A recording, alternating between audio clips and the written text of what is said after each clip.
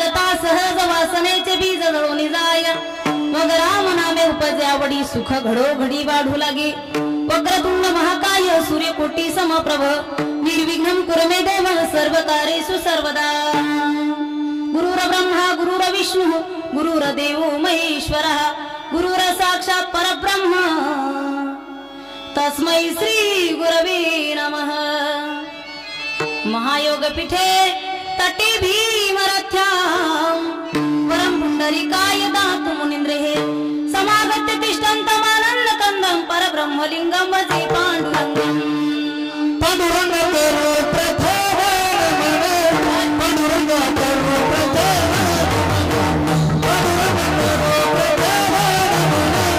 पांडुरंग करो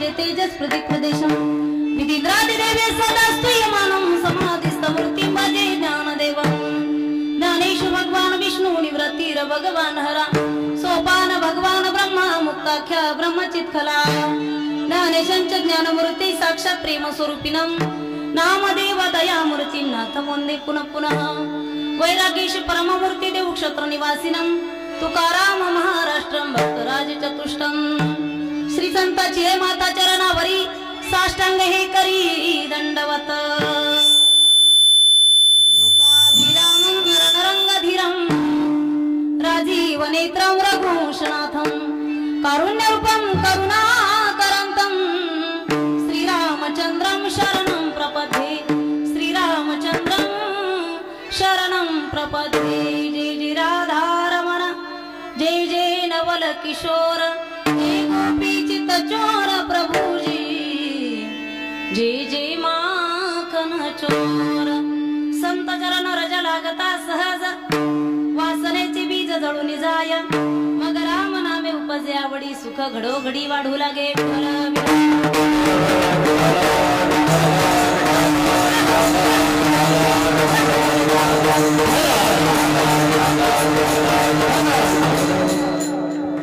प्रस्तुत कीर्तन रूपी सेवेकरता निवडलेला अभंग महान भगवत भक्त संत श्रेष्ठ संत सम्राट विश्व वंदे महाराष्ट्र भूषण वारकरी संप्रदायाला कलशस्थानी शोभून दिसणारे जगद्गुरु तुकोबाराय यांचा चार चरणाचा संतांचा महिमा सांगणारा अभंग सेवेकरता निवडलेला आहे।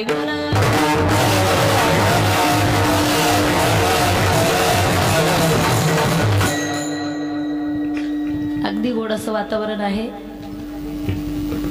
ईश्वराच्या प्रांगणामध्ये जमलेले तुम्ही सर्व श्रोते मायबाप योगायोगाने या गावामध्ये दुसऱ्यांदा येणं झालं।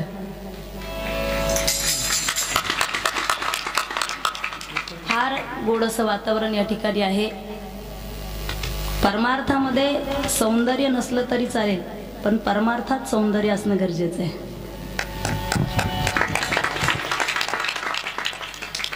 माहिती आहे तुम्हाला एखादी सुनबाई घरामध्ये सुंदर असेल अगदी लक्षपूर्वक ऐका एखादी सुनबाई घरात सुंदर असेल तर त्या सुनबाईचा नवीन नवीन लाड होत असतो बरोबर आहे ना। पण जिचं मन सुंदर आहे जिचा स्वभाव सुंदर आहे, जिचे विचार सुंदर आहे, तिचा आयुष्यभर लाड केला जातो. हा परमार्थ आहे. अहो भाग्याने घडत असतो. अनेक जन्माचे सुकृत पदरी त्याच्या मुखी हरी पैठा होया. जेवढं योगदान आपल्या जीवनामध्ये या परमार्थासाठी देता येईल तेवढं दिलं पाहिजे. अगदी कलियुगामध्ये नामचिंतनाने उद्धार होतो. म्हणून नाचू कीर्तनाचे रंगी. इथं किती गायलं, किती नाचलं, किती आनंद घेतला, आयुष्यामध्ये त्याची रुची वाढत जाते. रुची वाढत जाते. वैष्णव म्हणत नाही, वारकरी म्हणत नाही की पुढच्या वर्षी दिवाळीची तारीख किती आहे. पिंपरखेड मंडळी वाट पाहत असतील आता हा काला झाल्याच्या नंतर पुढच्या वर्षी सप्ताहाची तारीख किती आहे. ही आस, ही आशा, ही आपल्या मनामध्ये बाळगून आपण आज सप्ताहाचं नियोजन करत असतो. मराठवाड्यामध्ये फार गोड प्रथा आहे. आपल्या लेकीबाळी दिवाळीला जास्त येत नाही, पण सप्ताहाच्या काल्याच्या दिवशी येत असतात. एखादी सासरवासी नसेल, ती सासू सासऱ्याला म्हणते, सासूबाई जर मला एकदाच वर्षातून पाठवत असाल तर मला भाऊबीजीला नका पाठवू. म्हटले मग मला आमच्या गावाच्या सप्ताहाच्या काल्याच्या कीर्तनाला पाठवा. ही नाळ भगवंताशी आपली जुटलेली आहे. आणि म्हणूनच हा रंग, ही रंग देवता आपल्या भूमीमध्ये चढत असते. गोड असं वातावरण आहे. अनेक जन्माचे सुकृत पदरी त्याच्या मुखी हरी पैठा होय. किती मोठा योगायोग आहे. आपण सगळे वैष्णव आहोत. 22 तारखेला अयोध्येमध्ये भगवान श्रीराम लल्ला विराजमान झाले आणि महाराष्ट्रामधले सप्ताह चालू झाले. तुम्ही बघा, महाराष्ट्रामध्ये भरपूर संत आहेत. आधी करून संत मांदियाळी जर तुम्हाला सांगितली, जनाबाई, मुक्ताबाई, मीराबाई, बहिणाबाई, नामदेव महाराज, एकनाथ महाराज, संत ज्ञानेश्वर महाराज, जगद्गुरु तुकोबाराय, ही सगळी संतांची मांदियाळी आहे.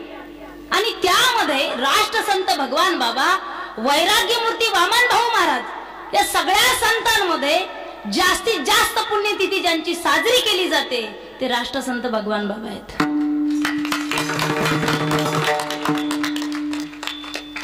सर्व संत अधिकारी आहेत. आडमार्गी गेलेल्या समाजाला सन्मार्गाला लावण्याचं काम राष्ट्रसंत भगवान बाबांनी केलं. दऱ्या खोऱ्यामध्ये वाहणारे लोक समाजामध्ये आणले. बाबांचं एक वाक्य ऐकलं असेल तुम्ही, पुनश्च एकदा मी सांगून जाईल. जमिनी विका पण पोरं शिकवा.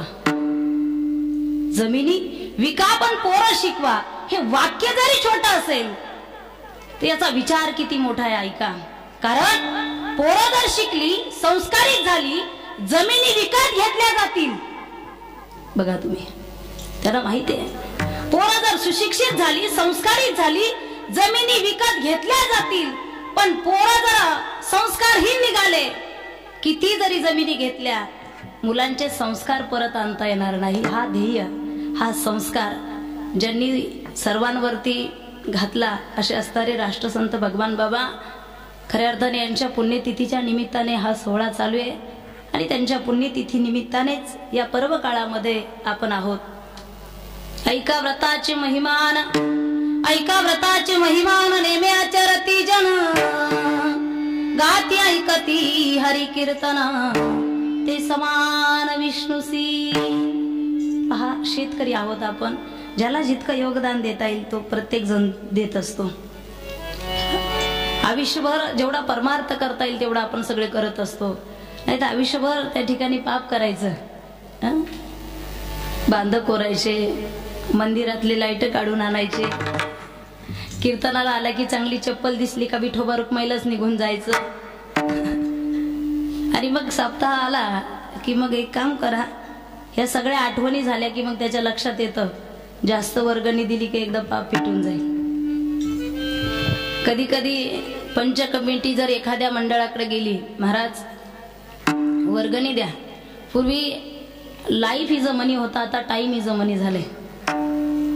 आता लोक म्हणतात वर्गणी घ्या पण वेळ देता येणार नाही. स्वतः या धर्म मंडपामध्ये या, टाळी वाजवा, मुखाने नामचिंतन करा, जळतील पापे जन्मांतरीचे. हा गोड परमार्थ याच देहाला आल्याच्या नंतर घडतो. अन्यथा पशुकाय पाप पुण्य जाणती उत्तम मध्यम भोग भोगीती. त्यांना माहित नाही, आपल्याला माहिती आहे. पुनश्च एकदा तुम्हा सर्वांना मनापासून धन्यवाद देते.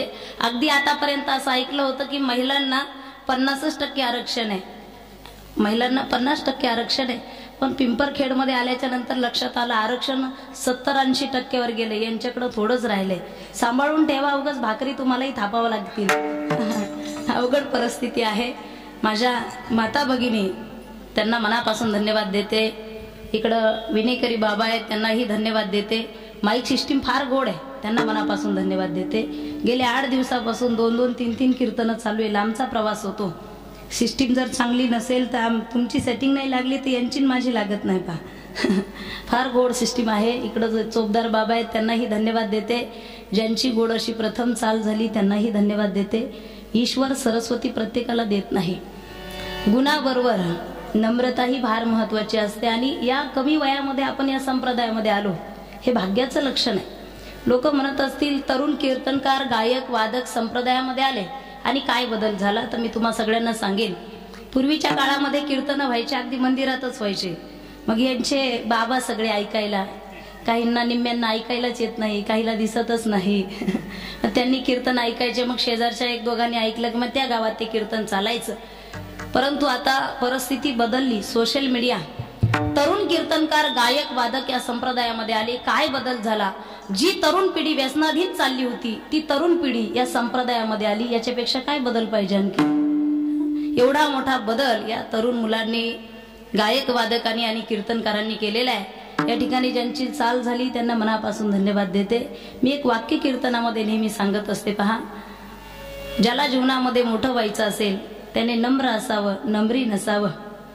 आणि संप्रदाय आम्हाला नम्र राहायला सांगतो. फक्त राग एवढाच आहे, न ऐकती, म्हणजे किती सांगू तरी न ऐकती भटकीचे, पुढे सिंदळीचे रडतील, करा रे बाबांनो भजन हरीचे. राग एवढाच आहे की तुम्ही संप्रदायामध्ये या, भजन करा, स्वतःचा उद्धार करून घ्या, आपले मुलं संस्कारिक बनवा. आणि म्हणून त्यासाठी हा हरिजागर असतो. दोन्ही मृदंगाचार्य या ठिकाणी आहे. काय नाव तुमचं? शंकर महाराज या ठिकाणी आहे, त्यांनाही धन्यवाद देते. प्रकाश महाराज या ठिकाणी आहे, त्यांनाही धन्यवाद देते. पखवाज वाजवणे एवढी सोपी गोष्ट नाही. काय द्यावे त्यासी व्हावे उतराई, ठेवी तो हा पायी जीव थोडा. ज्याला जाण आहे तो सांगेल. आळंदीमध्ये राहतो आम्ही. कधी जरी एनी टाइम जर तुम्ही आळंदीमध्ये आलात तर अगदी इंद्रायणीच्या घाटावर तुम्हाला पखवाजाचा आवाज ऐकायला मिळेल. अंधार असतो, काळोख असतो आणि त्या अंधारामध्ये आमचे सगळे विद्यार्थी वादन करत असतात. कधी कधी हातातून रक्त येतं, सकाळी कळतं बोट फुटलेत माझे. ही अवस्था, ही साधना ही सगळी मंडळी करत असतात. त्यांना मनापासून धन्यवाद देते. तुम्हा सगळ्यांना मनापासून धन्यवाद. तुमचं काय नाव महाराज? दुर्गेश महाराज या ठिकाणी आहेत, प्रभू महाराज आहेत, गोपाल महाराज आहेत, डबल गोपाल महाराज आहेत. गोपाल पाहिजे, त्याच्याशिवाय काला कसा होईल महाराज? तुम्हा सर्वांना ज्ञात आहे आजचा 4था दिवस आहे नाही का? 3रा दिवस आहे, 4थं कीर्तन आहे. ज्यांच्या योगायोगाने निवेदनाने खऱ्या अर्थाने आमचं इथपर्यंत येणं झालं असे असणारे आमचे भरत दादा आंधळे, शरद दादा आंधळे, अर्जुन दादा आंधळे, कालिदास दादा वाघमारे, ही सगळी मंडळी इथं आल्याच्या नंतर प्रथम मी एकदा येऊन गेले. पण या आंधळे कुटुंबामध्ये आल्याच्या नंतर मला असं वाटलं नाही आज का मी कीर्तनाच्या गावात आले. मला त्यांच्या घरी आल्याच्या नंतर असं वाटलं की मी माझ्या माहेरात आले की काय, असा अनुभव, अशी प्रचिती मला आली. सोज्वळ मनाचे माणसं नेहमी भेटत नसतात. सज्जन माणसं नेहमी भेटत नाही, दुर्जन पावला पावलावर भेटत असतात. आपण महाराष्ट्रभर फिरतो, कधी कधी एखाद्याला रस्ता जर विचारला त्याने नाही सांगितला त्याचा राग नाही. तुमच्या लक्षात येते का? त्याने रस्ता नाही सांगितला त्याचा रागच नाही. पण आम्हाला जर उजवीकडे जायचं असेल तर तो सांगतो इकडे डावीकडे जा, तसंच तिकडे पुढे जा, तसंच जा, म्हटलं जा तिकडं. अशी माणसं जीवनामध्ये भेटत असतात. सर्वच आंधळे कुटुंबाला मी मनापासून धन्यवाद देते. तसे आमची भावकी उदंड आयुष्य, चांगलं आरोग्य तुम्हा सर्वांना लाभो. तुम्हा सर्वांना मनापासून धन्यवाद देते. तुमच्या गावात प्रथमही येणं झालं, अगोदरही येणं झालं.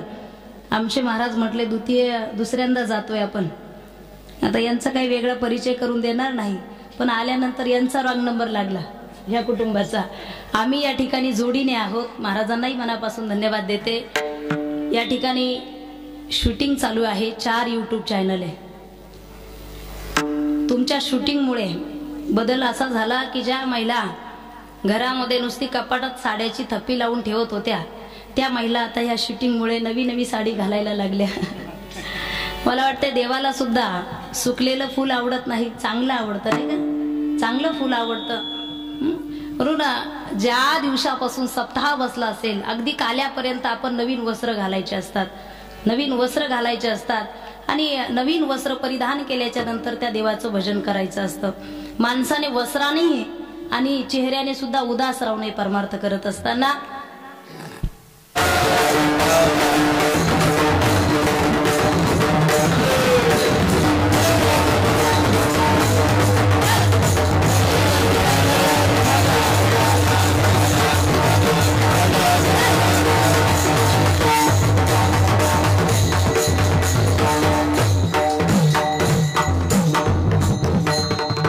अभंग सगळ्यांच्या पाठातील आहे, गोड आहे.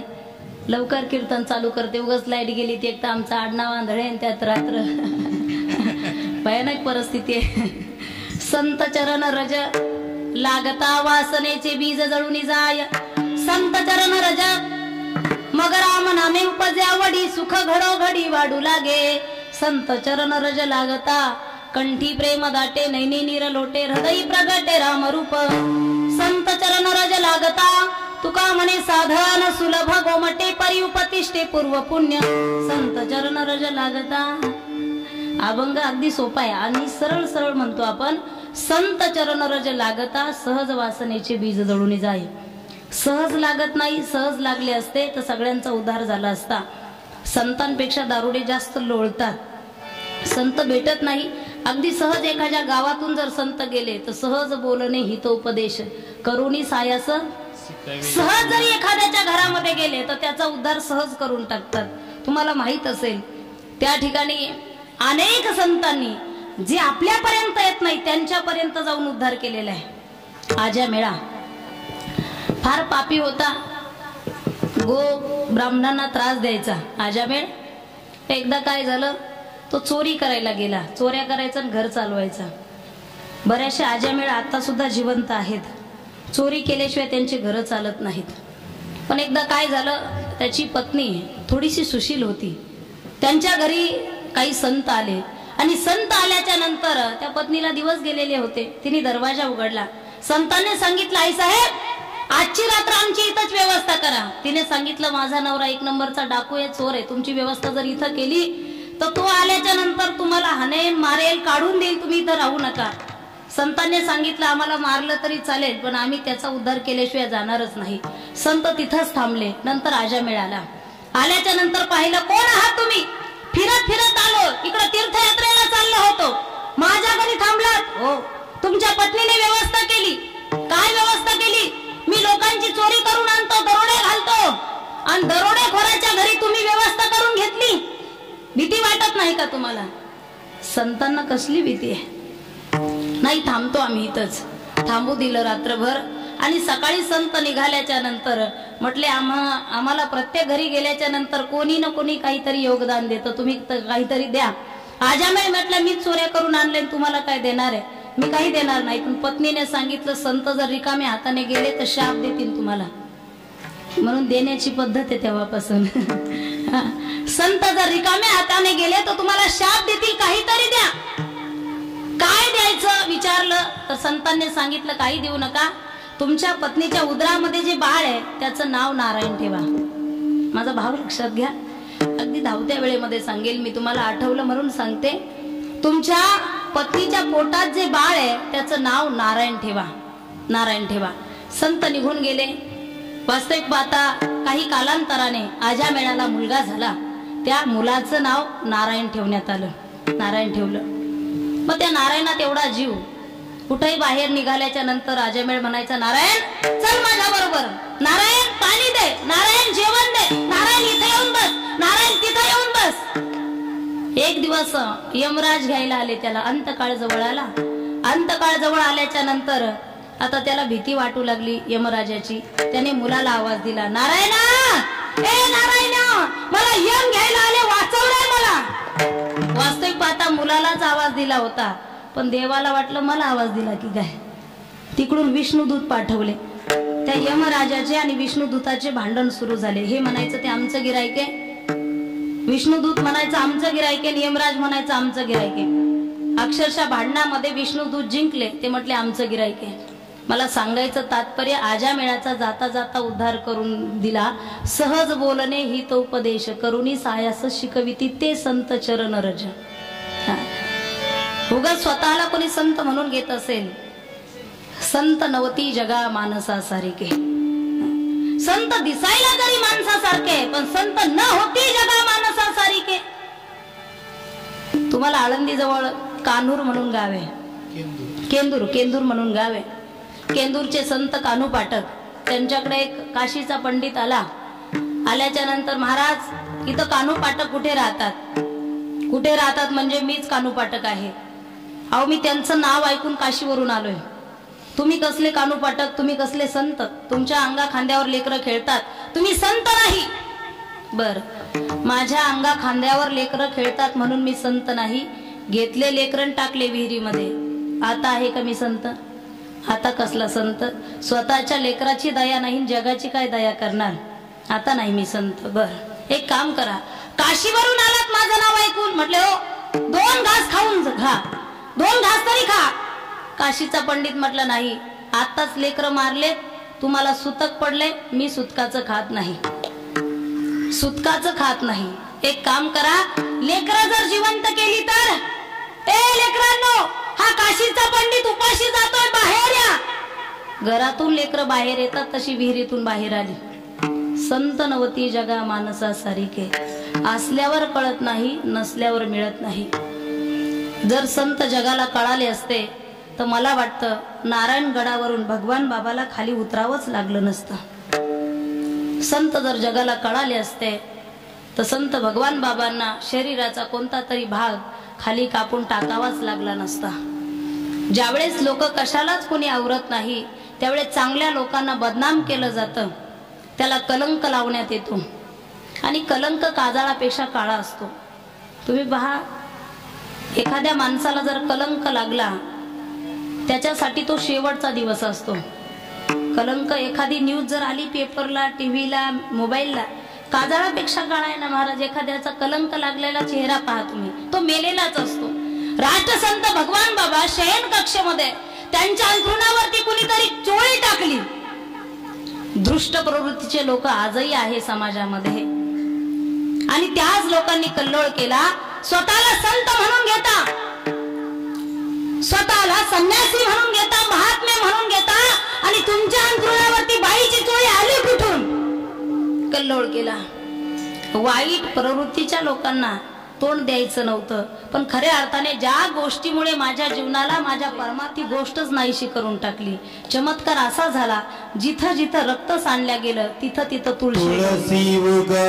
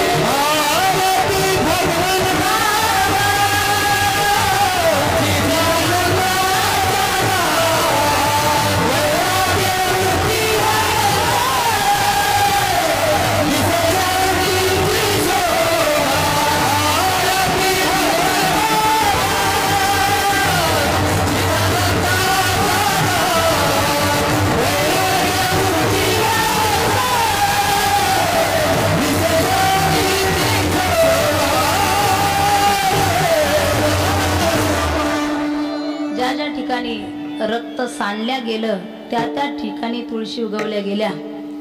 रक्ताचा थेंब आणि थेंब सुद्धा देवाला अर्पण होता, परमार्थाला अर्पण होता. एखाद्याला म्हटलं असतं ना तुझं वाटोळं होईल, तर 4 पिढ्या वाटोळं झालं असतं.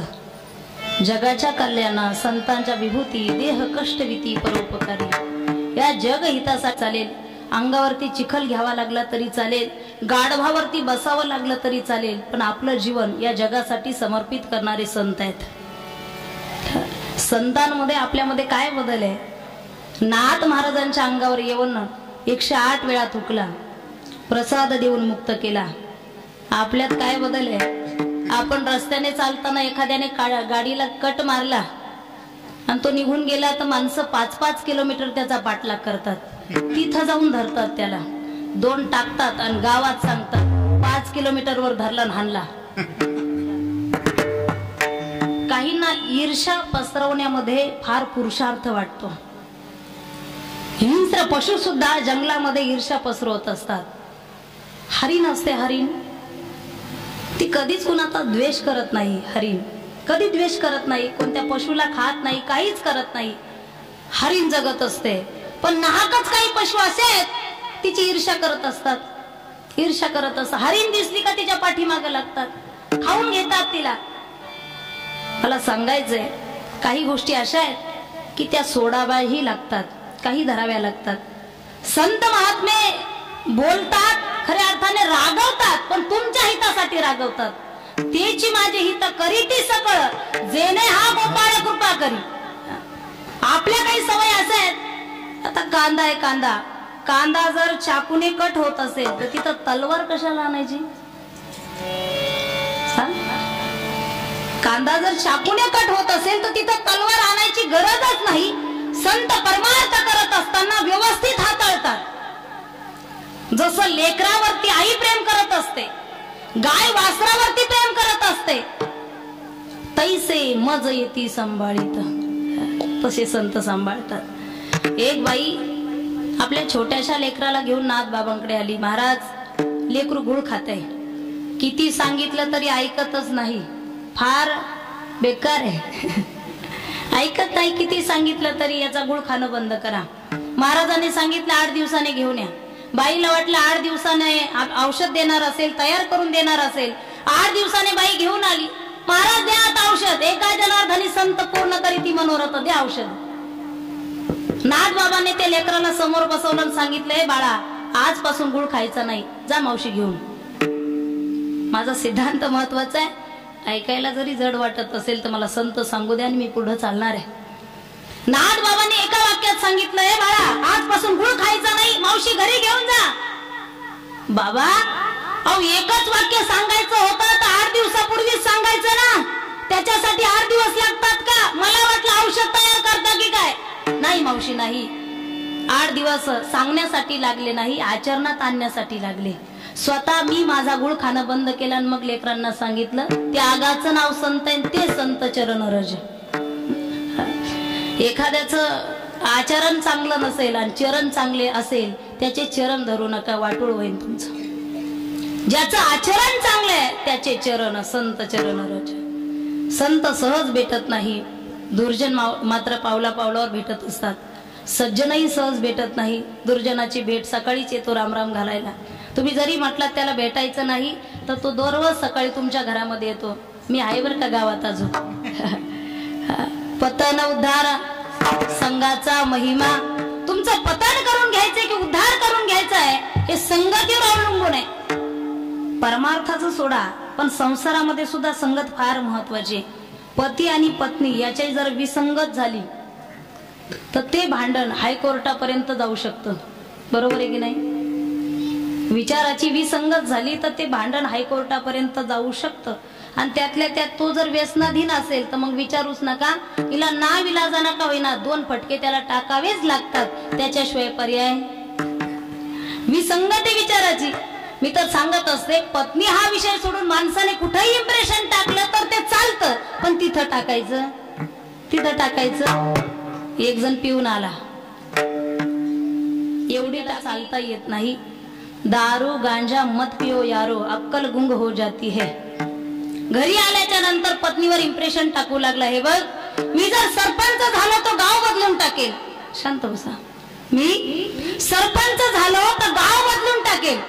मी आमदार झालो तर तालुका बदलून टाकेल. मी मी खासदार झालो तर जिल्हा बदलून टाकेल, मी मंत्री झालो तर राज्य बदलून टाकेल.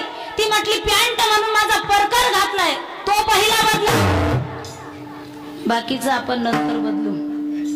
विसंगती झाली तर भांडण होण्याची शक्यता आहे. म्हणून संतांची संगत बहु अवघड आहे. संत भेटी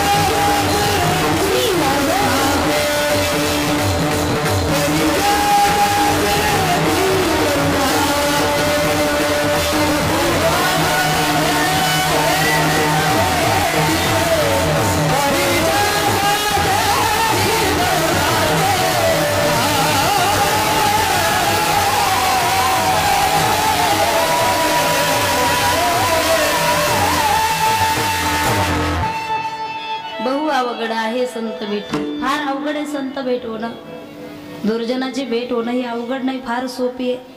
आणि दुर्जनाची संगत काही क्षणासाठी जरी भेटली, काही क्षणापुरती जरी दुर्जनाची संगत भेटली तर ती दुःख देत असते, सुख देत नाही. एखाद्या सप्ताला आलात तुम्ही, एखाद्या लग्नाला गेलात, काही क्षणाची एखाद्या दुर्जनाची संगत झाली, दुःख देते महाराज. एका नवीन मुलीचं लग्न झालं, बापाला वाटलं आता फाट्यापर्यंत सोडावं तिला. आता जुनी प्रथा आहे, पूर्वी गावात गाड्या येत नव्हत्या तर फाट्यापर्यंत जावं लागायचं. ही बुळबुळ काय चालली बडबड?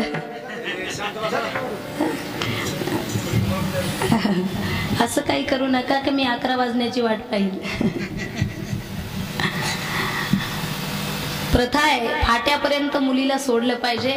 बापाने सुटकेस उचलली, काही क्षणापुरती जरी दुर्जनाची संगत लाभली तर ती दुःखच देत असते, सुख देत नाही. सुटकेस उचलली, बाप पुढे चालत होता. त्या मुलीच्या बापाबरोबर मुलीचा पती सुद्धा चालत होता. जावाई आणि सासरा बरोबर चालू लागले. आता जावयाचं हे इथं खाली घोट्यात होतं, त्याला बोलल्याशिवाय जमतच नव्हतं. सासरा कमी बोलणारा होता. जावाई म्हटलं, सासरे बुवा, ह्या रोडच्या कडेला जी जमीन आहे ती कुणाची? न पाहता सासऱ्याने सांगितलं, ती माझ्या वैऱ्याची आणि मला त्याच्याबद्दल काहीच बोलायचं नाही.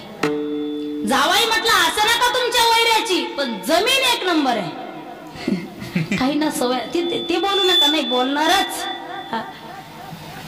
ती तुमच्या वैऱ्याची जरी असली तर जमीन एक नंबर आहे. सासरा म्हटलंय, बघा जावाई बुवा, तुम्ही नवीन आहात गावात, मला त्यावर काहीच बोलायचं नाही. ती वैऱ्याची जमीन आहे, असं नका वैऱ्याची, पण जमीन एक नंबर आहे. आणि त्या जमिनीमध्ये जी ज्वारी आलेली आहे ती फार सुंदर आहे. त्या तुमच्या वैऱ्याला 30 पोते ज्वारीचे होणार आहे. किती होणार आहे? 30 पोते होणार आहे. मग सासरा न बोलणारा बोलका झाला. तो म्हटलाय, बघा जावाई, तुम्हाला माहित नाही, त्याला 20 पोते होणार आहे. जावाई म्हटलं 30 पोते होणार आहे. सासरा म्हटलं नाही, 20 पोते होणार आहे. जावाई म्हटलं 30 पोते, सासरा म्हटलं 20 पोते. जावायचं इथलंच खाली गोट्यात होतं, रोडचं काम चालू होतं. जसा जावाईने सासरा उचलला की खडीच्या गंजावर टाकला. जावाई त्याच्यावरून बसला, म्हणा 30 पोते. सासरा म्हटला, जीव गेला तरी 1 पोतं जास्त म्हणणार नाही, 20 पोते. पण ती वसू नावाची मुलगी अडचणीत आली. बाबा, पाठ लाल झाली की घासू घासू, हे बघ वसू, पाठ कितीही घासू, पण 10 पोत्याची कळ मात्र कशी सोसू? काय घेणं देणं आहे का? काही क्षणाची दुर्जनाची. पहा तुम्ही, कधी कधी अशा ठिकाणी कार्यक्रमाला जातो आम्ही, सोशल मीडियामुळे, का त्यांना पखवाजही माहित नाही, विनाही माहित नाही. एका ठिकाणी तर गेलो आणि ते म्हटले, भोपळ आणलं का बरोबर? म्हटलं, भोपळ्या, जर तुला भोपळ माहित नव्हतं तर कशाला भोपळ्याला कीर्तन ठेवलं का तू? काही क्षणासाठी मूर्खस्य गात्रांनी वर्धंती किंतुम तेषाम ज्ञानम न वर्धंती. मूर्ख माणसं दिसायला माणसासारखे असतात, वजन वाढतं, वय वाढतं, ज्ञानम न वर्धंती, त्यांचं ज्ञान वाढत नाही. एक डॉक्टर काही मूर्ख सुधारवण्याच्या नादात गावात आला. किती येडे राहतात गावात, किती येडे राहतात. गावातले लोक म्हणले 2-4 जण आहेत. किती आहेत? 2-4 जण आहे. कशाने येड लागलं? म्हटले काही नाही, त्यांचं लग्न होत नाही. हा, बरेच येडे आहेत की त्यांचं लग्न होत नाही, हो येड लागलं. मग काय करतात ते? काही नाही, कोणाची वरात निघू द्या, हे डान्स करतात, डीजे वर नाचतात, नाचू द्या ना, काय जातं तुमचं? नाही तसं काही नाही, पण ते असे नाचतात, लोक उभे असतात, हे खाली येऊन डान्स करतात, नागिन डान्स करतात, उभे असलेले सगळे खाली पडतात. इतका गावाला त्रास आहे. डॉक्टर म्हटले काही काळजी करू नका, मी प्रयत्न करतो ट्रीटमेंट करण्याची. डॉक्टरने नेलं त्यांना आणि 6 महिने ट्रीटमेंट केली 4 येड्यावर. किती? 4 येड्यावर. असे जर 10-15 येडे असते तर कसं झालं असतं गावाचं? फार अवघड आहे. 4 येड्यावर डॉक्टरनी ट्रीटमेंट केली आणि केल्याच्या नंतर आता डॉक्टरला पाहायचं होतं किती वेडे सुधारलेत, म्हणून डॉक्टरनी हॉस्पिटलमध्ये डीजे लावला. जसा डीजे लावला त्यातले 3 जण उठले आणि डान्स करू लागले. वैताग आला डॉक्टरला. एवढा शिकलो, अमेरिकेला पैसे घातले, फायदा झाला नाही, हे येडे काही सुधारले नाही. पण एक येड तेवढ्यात वट्यावर बसलेलं दिसलं, अगदी शांत अवस्थेमध्ये मांडी घालून बसलेलं. आता मात्र आनंद वाटला. डॉक्टर गेला त्या येड्याजवळ, त्याच्या पाठीवरून हात फिरवला. हे बघ, हे 3 जण नाही सुधारले, काही हरकत नाही, पण तुला फरक पडला, मला आनंद वाटतो. डॉक्टर झालं, सक्सेस झालं. येडं म्हटलं, डॉक्टर साहेब मी शहाणा झालो, तुम्हाला वेड लागलं. म्हटलं काय झालं? अहो म्हटले, डॉक्टर साहेब हे 3 जण त्या डीजेवर नाचतात तर नाचू द्या, पण मी कसा नाचू त्या डीजेवर? डॉक्टर म्हटले काय झालं? काय झालं म्हणजे? ती माझ्या लग्नाची वरात आहे आणि त्या वरातीचं मी नवरदेव आहे, म्हणून मी इथं बसलोय. बाकी शहाणा येडं तसं काय? मूर्खस्य गात्रा निवर्धन्ति किंतुम तेषां ज्ञानम न वर्धन्ति. काही क्षणाची जरी वेड्याची संगत लाभली तर ती दुःख देते. माणूस मरतो, वासना मरत नाही. माणूस गेल्यानंतरही काही लोक म्हणतात तो गेला, पण त्याच्या इच्छा अपेक्षा अपूर्ण आहे. माणूस मरतो, वासना मरत नाही. एक मजला बांधल्यानंतर दुसऱ्या मजल्याचे गज वरच काढून ठेवतो, याला वासना म्हटले जातं. जन्म घेणे लागे वासनेच्या संगे, वासना मरू देत नाही. चांगलं लग्न झाल्याच्या नंतरही 4-6 महिन्यांनी असं वाटतं मेवणी बरोबर केलं असतं तर बरं झालं असतं. वासना फार अवघड आहे, जगू देत नाही, मरू देत नाही. जड भरत राजा हरणी गरबा गेला, घाला तो घातला वासनेने. किती चिकाटीने परमार्थ संसार केला तरी त्या संसारामध्ये आणखी कमवून ठेवावंच वाटतं, ही वासना आहे. काही माणसं फार चिकट असतात. अनुभवाने सांगेल काही गोष्टी. संस्था आहे आळंदीमध्ये आमची, अगदी भाऊबाबांच्या नावाने 12 वर्ष झाले संस्था चालवते. भरपूर वारकरी आळंदी पंढरीला येत असतात, हौसे नवसे आणि काही गवशेही असतात. म्हणजे इकडं चोऱ्या करतील त्यात नवल नाही, पण तिथं येऊन का होईना एखादी पेटी पकवा सहज घेऊन जातात जर बाहेर ठेवला तर. आता ह्या कार्तिकी वारीला आमच्या 2 पेट्या चोरी गेल्या. मग इकडं जाता असं नाही, आळंदीत चोऱ्या होतात. हे फार आश्चर्य आहे माणसाचं.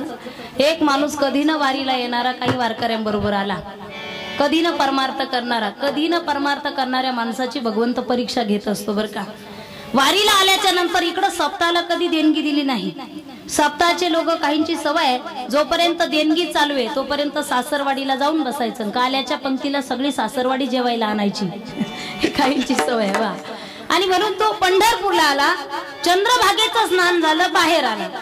बाहेर आल्याच्या नंतर आता त्याची परीक्षा घेण्यासाठी साक्षात भगवंत त्या ठिकाणी आले. वासुदेवाचं रूप घेतलं पखवाजी महाराज. वासुदेवाचं रूप घेतलं. वासुदेवाला वासुदेवाला वासुदेवाला. हे पाटील कधी न पंढरपूरला येणारे, खिशातून रुपया सुद्धा खर्च केला नाही. आता वासुदेवने सांगितलं की मी तुमच्या कुळाचा उद्धार करतो, 10,000 नाही मागत, फक्त 1 रुपया दान द्या. किती द्या? वासुदेवाला 1 रुपया दान द्या. आता कुळाचा उद्धार करून घेतला आणि 1 रुपया देण्याची वेळ आली. पाटलाने सांगितलं पैसे खिशात नाही, आमच्या आश्रमावरती या. आमचा जो आश्रम आहे त्या आश्रमाची खोली आहे, तिथं तुम्ही या, मी 1 रुपया देऊन टाकतो. पाटलाला वाटलं 1 रुपयासाठी वासुदेव कशाला आश्रमावरती येईल, आमच्या धर्मशाळेवरती येईल, येणार नाही. पाटील गेले, झोपले. दुसऱ्या दिवशी गावाला निघायचं, दरवाजा वाजवला. झोपले का पाटील? जसा दरवाजा वाजवला, उघडला, पाहिलं तर वासुदेव आले. वासुदेवा काय काम आहे? हे बघा पाटील, कालचा रुपया राहिला तो देऊन टाका. पाटल्याने सांगितलं 1 रुपया खिशात राहिला नाही. पत्नीला नवी साडी शाल घेतली, लेकराला खेळणी घेतली, भाड्याला पैसेच राहिले नाही. भाड्याला पैसे राहिले नाही जाण्यासाठी. मोकळा झाला. एक काम करा, तुम्ही गावाला या, रुपया देऊन टाकतो, रुपया देऊन टाकतो. पाटलाला वाटलं 1 रुपयासाठी गावाला कसला येणार हा वासुदेव. 15 दिवस झाले पाटील असे मोकळे फिरू लागले. फिरता फिरता गावाच्या बाहेर आले तर पाहिलं तर काय, इकडून वासुदेव आला. जसा वासुदेव पाहिला पाटील घरी पळतच गेला. गेल्याच्या नंतर पत्नीला सांगितलं, हे बघ मी मरायचं नाटक करतो, तू रडायचं नाटक कर. तिला काय कोर्स करावा लागणार आहे का स्पेशल रडायसाठी. याने अंगावर घेतलं आणि ती रडायला लागली. बरे होते ना, काही ना काही घरात आणत होते ना, आता तुम्ही गेल्याच्या नंतर आमचं कसं होईल. मोबाईलला बॅलन्स कोण टाकेल, व्हॉट्सअप बंद पडेल माझं. ती रडायला लागली मोठ्या मोठ्याने. घर नंबर विचारत विचारत वासुदेव आला. पाटलीनबाई वासुदेव आलंय, तुमच्याकडे 1 रुपया आहे. कसला 1 रुपया. पाटलाकडे 1 रुपया आहे, पंढरपूरला आले होते, पाटलाकडे 1 रुपया राहिलाय. आता कसला 1 रुपया, पाटील तर गेले. पाटलीनबाई म्हटली पाटील गेले. वासुदेव साधा सुद्धा नव्हता, चतुर आतो शिरोमणी, गुण लावण्याची खाणी, मुकुट सकळा मनी, धन्य तुझी विठोबा. देवच होता. एरवी गेले तेरवी गेले ना, मौत करूनच जातो, तसा नाही जात म्हटलं. आता त्याची मौत करून जातो, तसा परत जात नाही. गावाला काय आमंत्रण द्यावं लागतं का, आवाज ऐकून सगळे धावले. काही लोक म्हटले आता शेवटची आंघोळ तरी चांगली घाला म्हटले. चुलीवर पाणी ठेवा, लाकडं घाला चांगले. उकळला का रे पाणी, आण इकडं. पाणी आणलं चटके बसेल अशा पाण्याने आंघोळ घातली. पाटील हळूच 1 डोळा उघडायचा, इकडं वासुदेव दिसायचा. 1 डोळा उघडला की वासुदेव दिसायचा. पाटील काही डोळा उघडायला तयार. आंघोळ झाली, तरडीवर बांधलं, चौघांनी उचललं, राम नाम सत्य हे, स्मशानापर्यंत आणलं. 1 डोळा उघडला की वासुदेव दिसायचा. पाटलाला तरडीवरून त्या सरणावर टाकलं, डोळा उघडायला तयार नाही.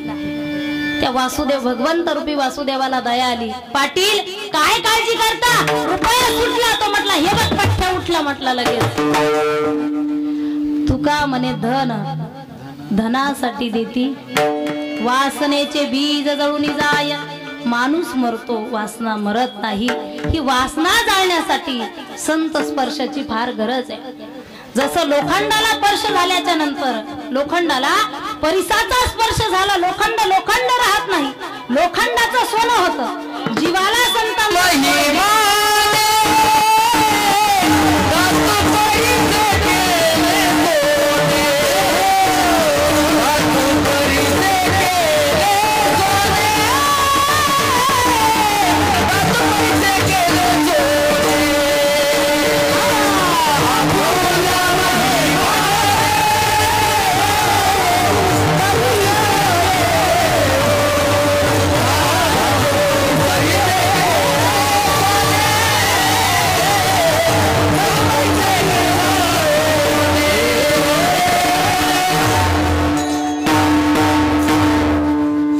परिसामध्ये एवढी ताकद आहे की लोखंडाचं सुद्धा सोनं करतो. कोण कोण परिस.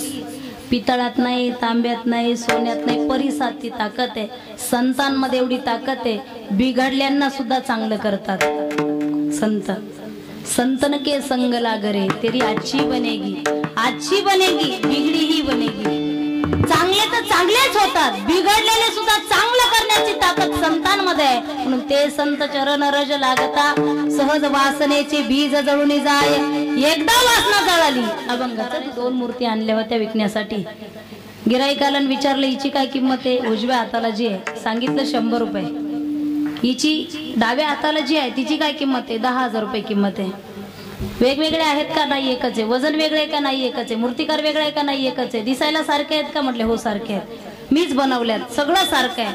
मग हिची 100 रुपये, हिची 10,000 कशासाठी. मूर्तिकाराने सांगितलं जिची 100 रुपये किंमत आहे तिच्या कानात जर तार टाकला तर तो तार इकडच्या कानातून निघतो, त्याला सरवता म्हणतात.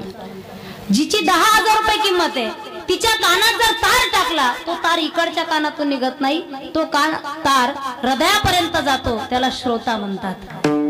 ज्ञानी श्रोते आहात, भरपूर कीर्तन ऐकले तुम्ही. मग राम नामे उपजे आवडी, सुख घडोघडी वाढू लागे. या जगाच्या पाठीवर एकच गोष्ट अशी आहे की ती आपल्याला सुख देते, ती नामचिंतन आहे. ती नामचिंतन आहे. नामचिंतन केल्याच्या नंतर तेने सदा चित्त समाधान सर्व सुख ल्यालो सर्व अलंकार आनंदी निर्भर डोळत असो नामचिंतन आनंद देत सुख देत बरं सुख देत असेल नामचिंतन मग करायला काय हरकत आहे का सगळ्यांनी दोन्ही हात वरती घ्या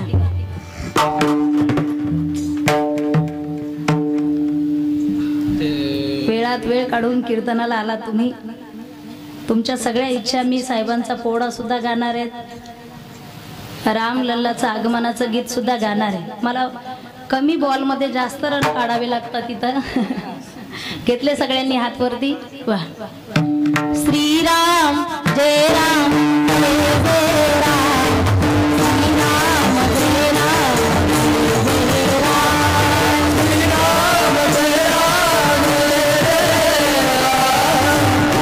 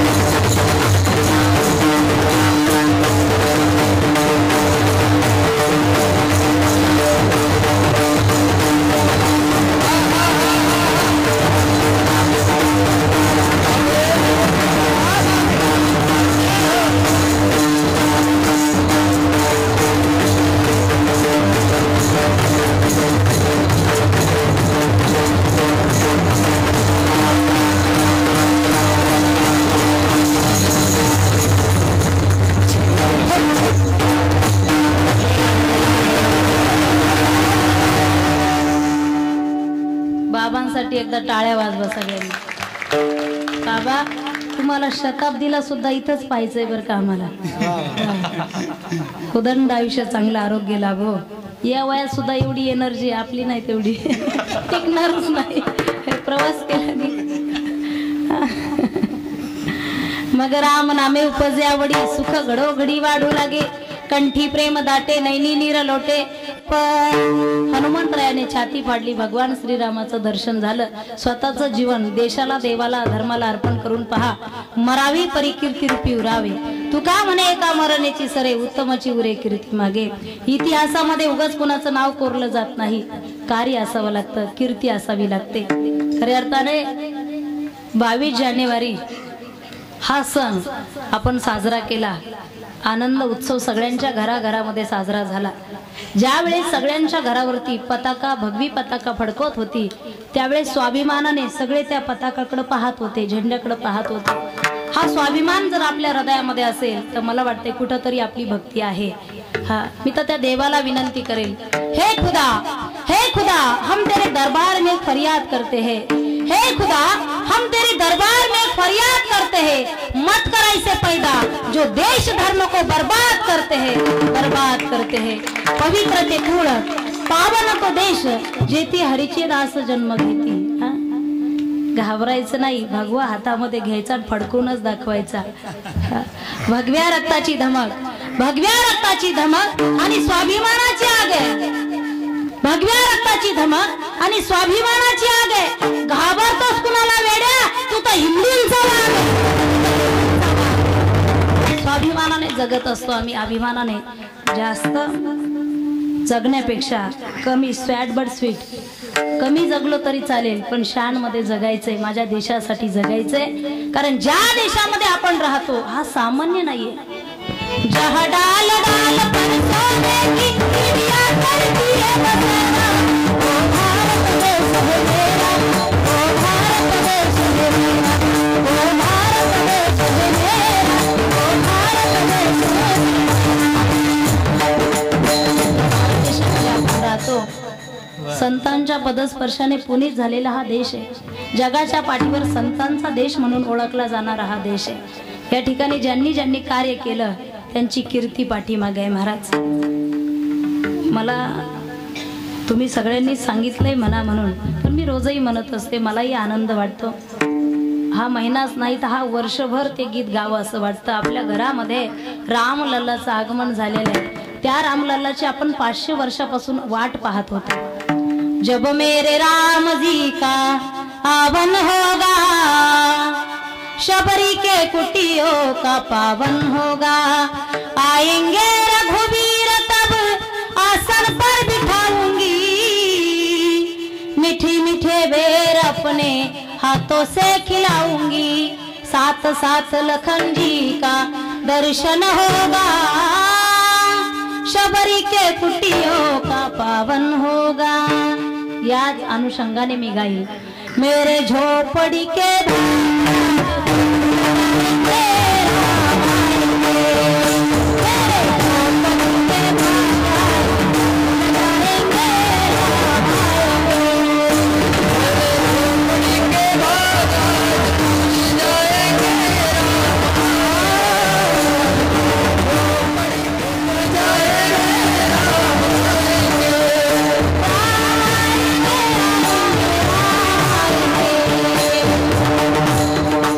बोला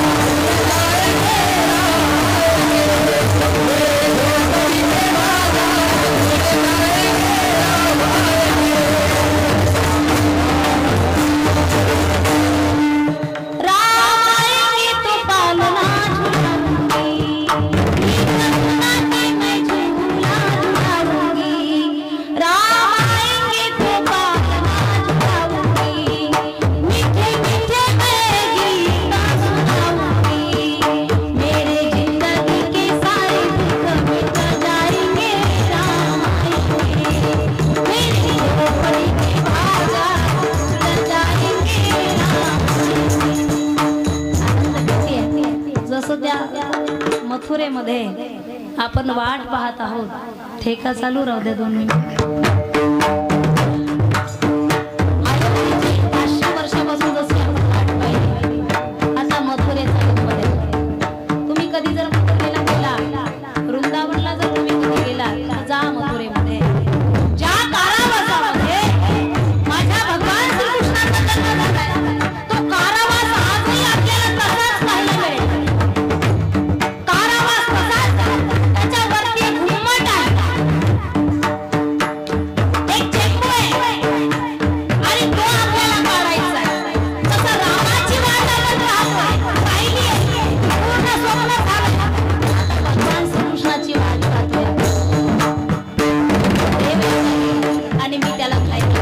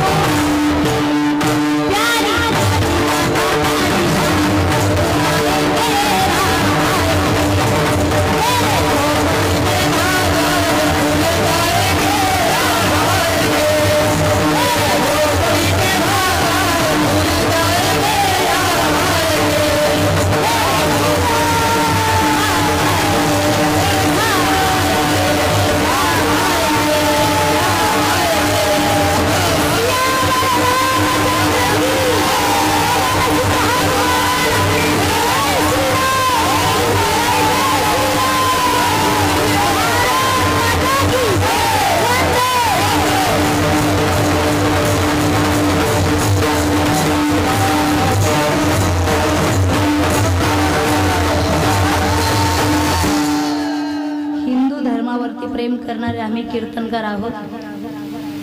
बाकीच्यांचा द्वेष नहीं, ना हिंदों से है ना मुसलमानों से है, ना हिंदों से है ना मुसलमानों से है.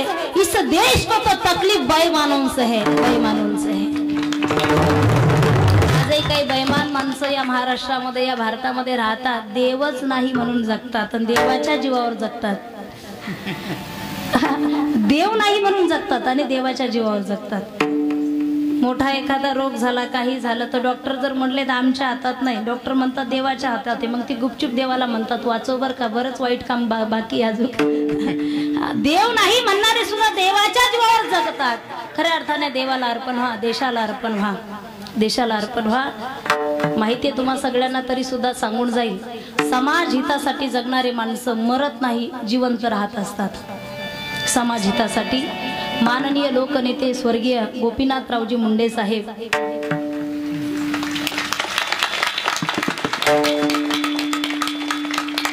आपण सगळे त्यांच्यावर प्रेम करणारे आहोत. अगदी यमराजाने जर म्हटलं असतं साहेबांच्या बदल्यामध्ये हजारो जीव पाहिजे तर हजारो तरुण पुढे आले असते. इतकं मोठं योगदान साहेबांचं. सांगेल तुम्हाला, किती आले किती गेले, किती आले किती गेले, लोकनेते फक्त मुंडे साहेबच होऊन गेले, त्यानंतर नाही. प्रत्येकाच्या हृदयावरती, प्रत्येकाच्या हृदयावरती ठेवून गेला, प्रत्येकाच्या हृदयावरती ठेवून गेला. तुम्ही पाऊल पुन्हा सांगा ना मुंडे साहेब, सांगा ना तुम्ही येणार का पुन्हा, तुम्ही येणार का पुन्हा, तुम्ही येणार का पुन्हा. जीवनच इतकं गोड होतं फुलासारखं. फुलाचं जीवन सांगू, प्रेम करणाऱ्या माणसाने हाताशी धरलं तर सुगंध देतं फूल. वैऱ्याने पायाखाली टाकलं तर पायाला सुद्धा सुगंध देण्याचं काम फूल करतं. फुलाचा स्वभाव असा आहे मरेपर्यंत सुगंध देणं. काट्याचा स्वभाव तसा नाही हो. काटा दिसायला किती सुंदर असू द्या, एज्युकेटेड असू द्या, हुशार असू द्या, श्रीमंत असू द्या, लोक काट्याची माळ घालत नाही, फुलाचीच घालतात. साहेबांचं जीवन फुलासारखं होतं, फुलासारखं होतं. मी घटना सांगेल तुम्हाला. सभागृहामध्ये ज्यावेळेस मनोहर जोशी हे मुख्यमंत्री होते, मुंडे साहेब उपमुख्यमंत्री होते. सभागृहामध्ये चर्चा सुरू होती. साहेबांना यायला थोडा उशीर झाला होता.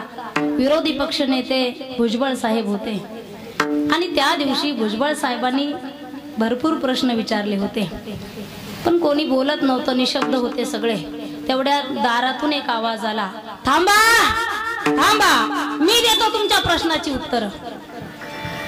माननीय लोकनेते मुंडे साहेब दरवाजातून आतमध्ये आले. हातामध्ये कागद होता. तो कागद घेतला आणि एका बेंचवर ठेवून दिला. अगदी स्वाभिमानामध्ये ताठ मानेने सगळ्या प्रश्नाची उत्तरं दिली.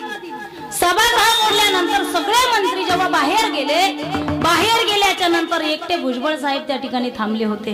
का थांबले होते? की माझे असे काही प्रश्न होते की ते मुंडे साहेबांनी ऐकले नव्हते.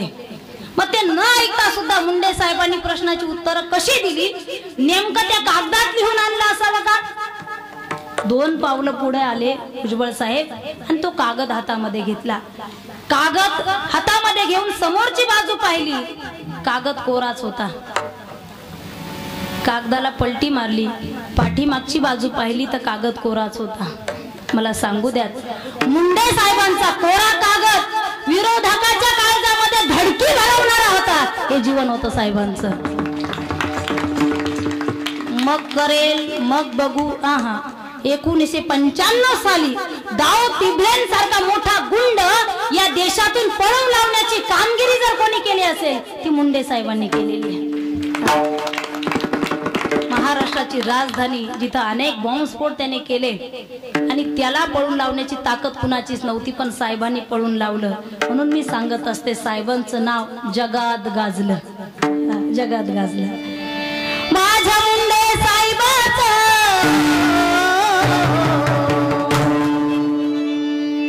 माझ्या मुंडे साहेबाचं नाव गाजत जगात, नाव गाजत जगात, नाव गाजत जगात. होता गरीबाचा नेता, दिन दुबळ्याचा दाता. होता गरीबाचा नेता, दिन दुबळ्याचा. परंतु त्यांचं जीवन अशी संघर्षाची कथा, अशी संघर्षाची कथा. नाव गाजल जगात, नाव गाजत जगात, नाव गाजत जगात. होती गरिबीची जाण, देवासारखा होता मान. माहित नाही देव कुठे, देवासारखा मान आहे. होती गरिबीची जाण, देवासारखा होता मान. नाव गाजल जगात, नाव गाजल जगात, नाव गाजत जगात, नाव गाजत जगात, नाव गाजत जगात. गेला नाथाचा नाथ, प्रजा झाली अनाथ.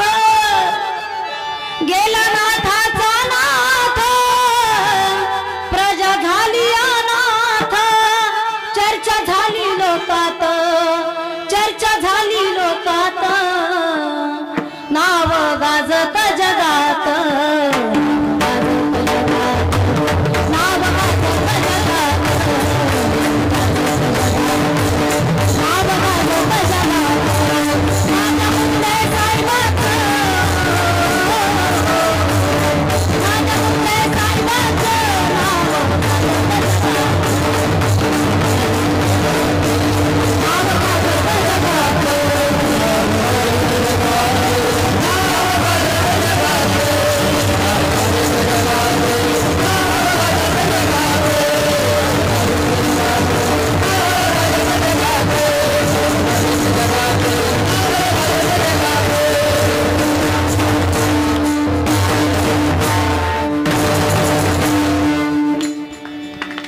स्वतःचे घर भरवणारे कमी नाहीत, पण किती जरी घर भरवले रावणा इतकी श्रीमंती कमवता येणार नाही. बघा, गैया कटे मदिरा बढ़े, सीनों में नोटों का ज्वर है. वे भी विचार भी चल रहा है यहाँ, घर घर में घुसखोरी है. गुंडा ही मर्द कहलाएगा, साधु संत को गालिया. अरे वाह राज करने वाले, तूने तो रावण को ही शर्मा दिया. काही माणसं रावणापेक्षा सुद्धा वाईट आहेत या जगामध्ये.